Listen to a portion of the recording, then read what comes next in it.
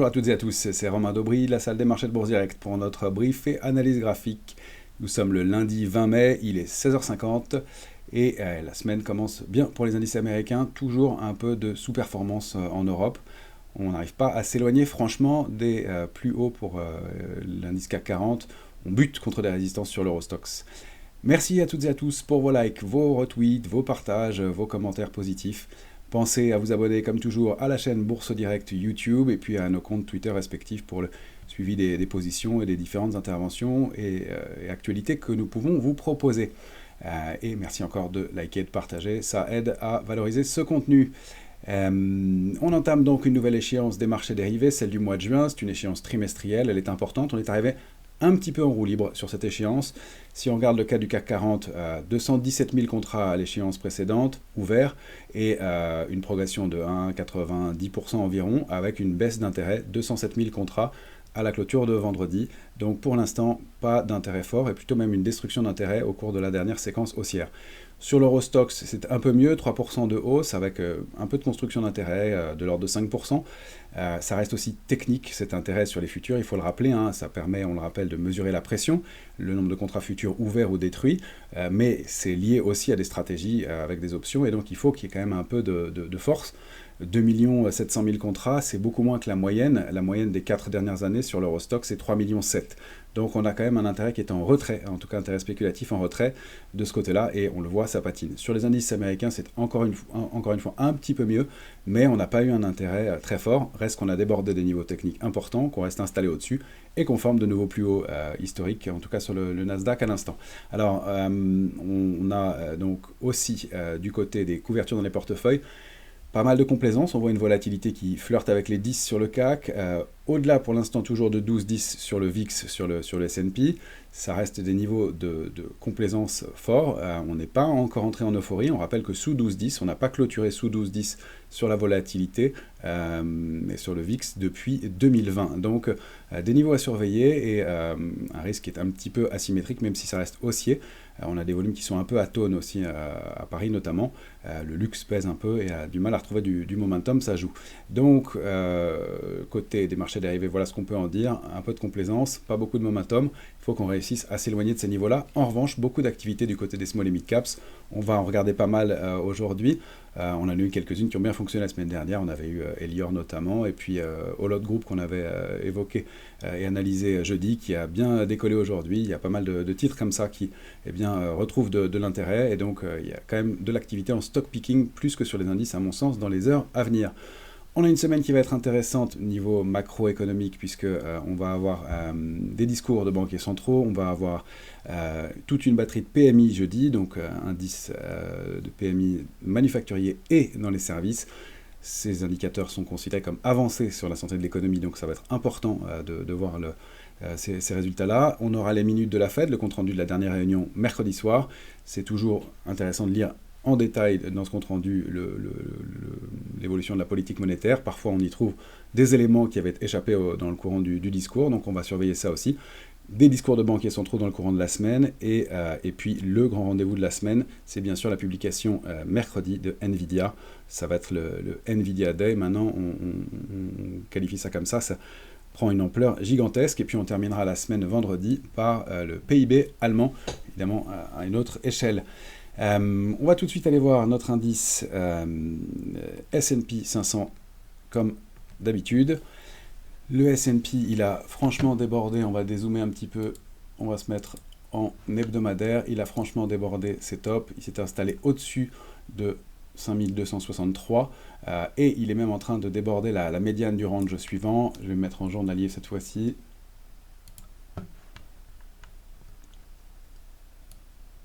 Avec un S&P donc qui a débordé ce niveau de 5263 en gap, avec des volumes un peu plus soutenus. Ce ne sont pas des volumes très supérieurs à la moyenne, attention de ce côté-là aussi, ça reste en tout cas haussier pour l'instant.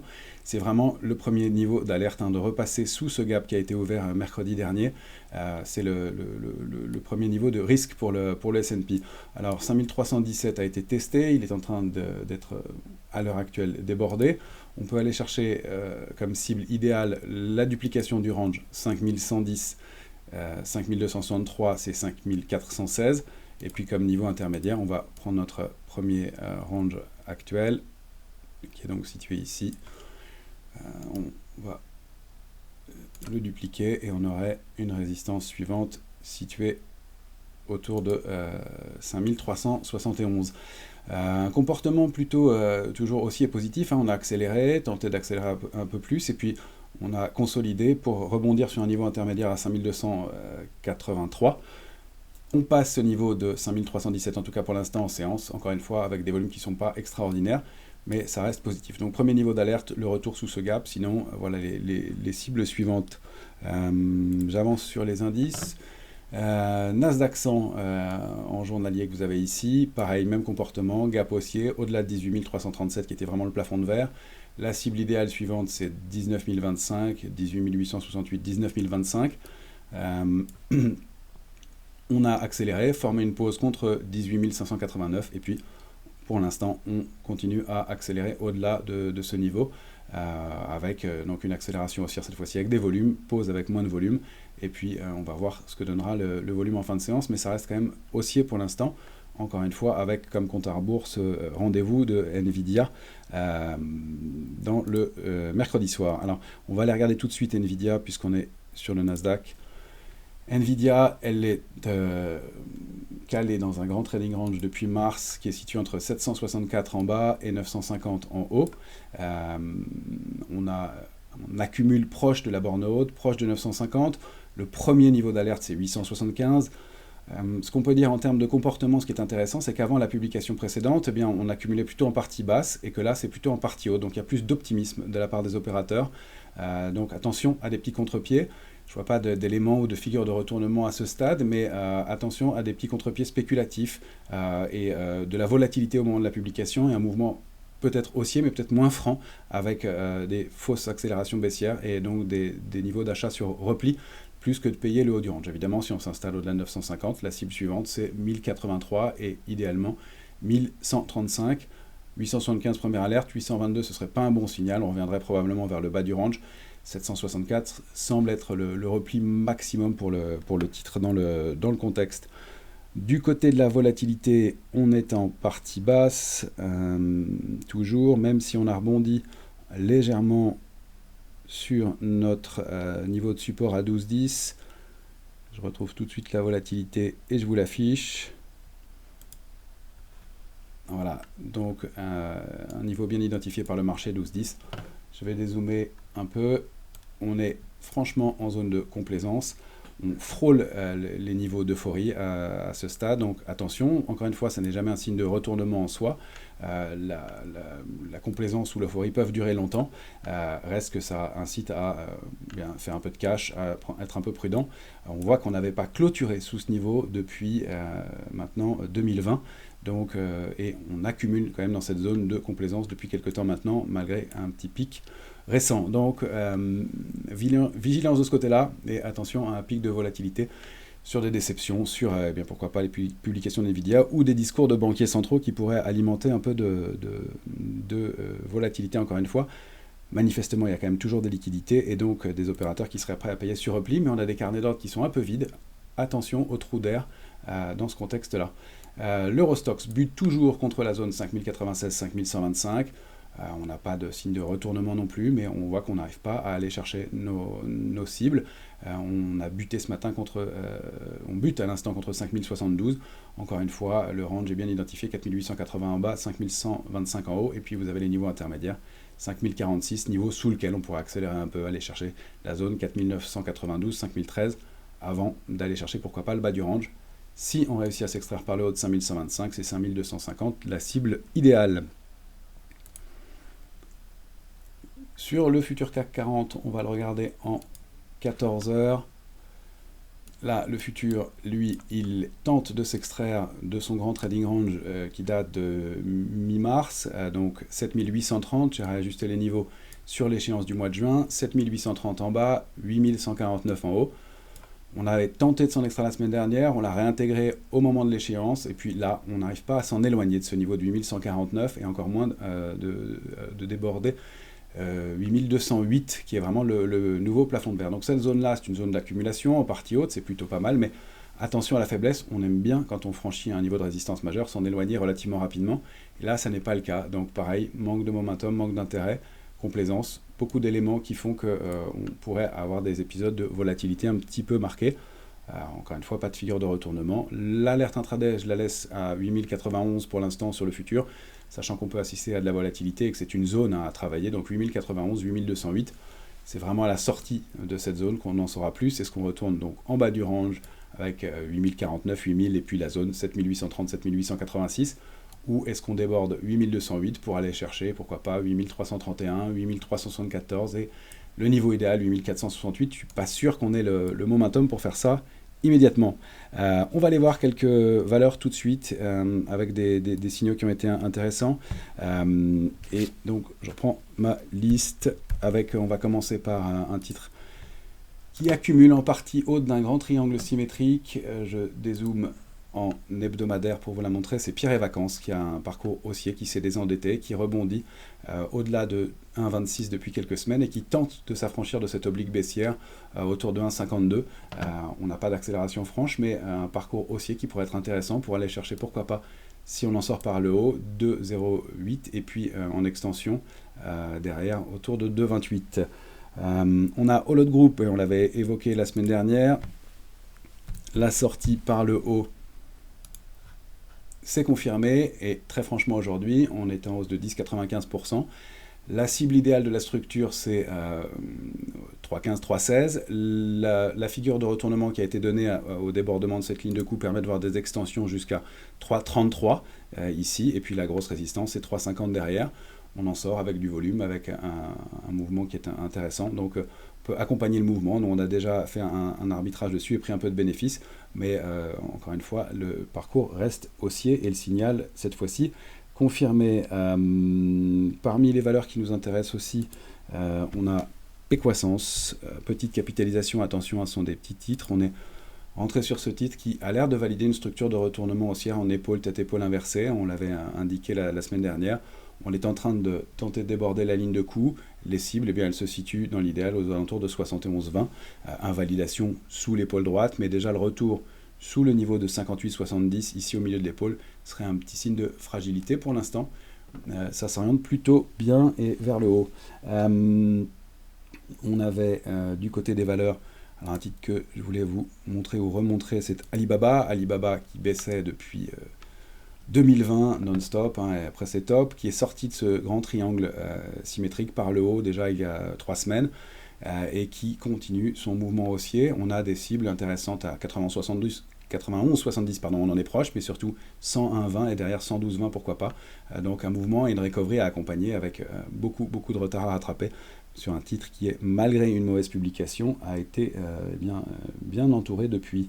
Je voulais vous montrer comme autre valeur étrangère, eh bien on a un acteur des semi-conducteurs néerlandais sur lequel on est rentré à titre investisseur aujourd'hui, c'est BE Semiconductors, qui donc évolue au sein d'un canal haussier depuis 2023, a buté contre sa borne haute, l'a réintégré, et puis réagit contre la borne basse, et après une petite période d'accumulation, on est en hebdomadaire, on va aller zoomer en journalier, eh bien, semble réactiver une dynamique haussière. Elle est en train de déborder une petite oblique baissière, et puis surtout ce niveau de 138,80.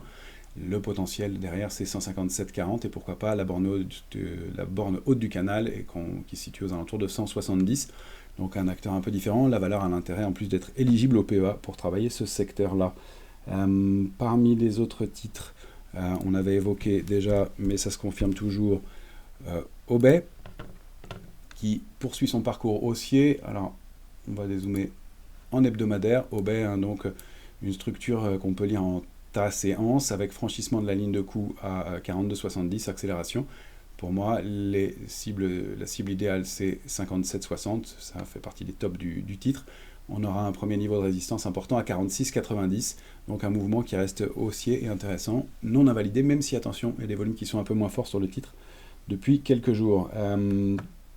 Du côté des autres valeurs, on a détecté aussi une éventuelle réactivation haussière sur AMD. AMD qui avait nettement baissé depuis le mois de mars, qui a accumulé entre 146,60 et 164,40 et qui déborde ce niveau depuis la fin de semaine dernière. On va zoomer en journalier sur le titre. On est ici et donc voilà, ce niveau de 164,40 qui est travaillé pour l'instant. Il y a un potentiel aussi à court terme pour aller chercher donc la résistance à 178,80 et la cible idéale à 180,05. Donc un titre à regarder, même si ce n'est pas le timing idéal pour entrer sur le titre, puisqu'elle a déjà pas mal progressé par rapport à sa cible. On a quand même une accumulation qui se fait au-delà de ce range dans lequel elle avait accumulé depuis quelques temps. C'est une petite structure, mais un signal haussier qui reste intéressant à travailler. Du côté des autres valeurs, on avait la Française de l'énergie. Alors voilà, la Française de l'énergie, c'est cette oblique baissière qui est travaillée pour l'instant. On va dézoomer. Voilà, elle a réagi et réintégré ce grand niveau de 35,40 avec des volumes intéressants et elle bute contre une oblique baissière que je vais vous repositionner ici. Et quand on zoome en journalier, on voit qu'on s'en approche. On accumule en partie haute. Il faut vraiment donc déborder ce niveau de 39,15 pour accélérer et aller chercher des extensions en direction de 46,60, 48,65, pourquoi pas, proche des 50 qui serait la cible idéale, avec un parcours haussier qui peut être intéressant. Du côté des trackers, on avait fait pas mal de tours jeudi dernier, donc je ne vais pas m'étendre sur les indices small et mid caps, mais on a ce tracker des ressources de base qui évolue légèrement mieux que l'indice parisien, qui est notre benchmark, et qui est un peu plus fort, et qui s'est extrait d'une zone de congestion. On pourrait même réajuster par le bas la zone de congestion à 92,10. Depuis qu'on a franchi ce niveau, eh bien, la cible idéale, c'est 102,90. On n'en est pas très loin, donc ceux qui l'avaient conservé, on approche de niveau cible pour prendre du bénéfice.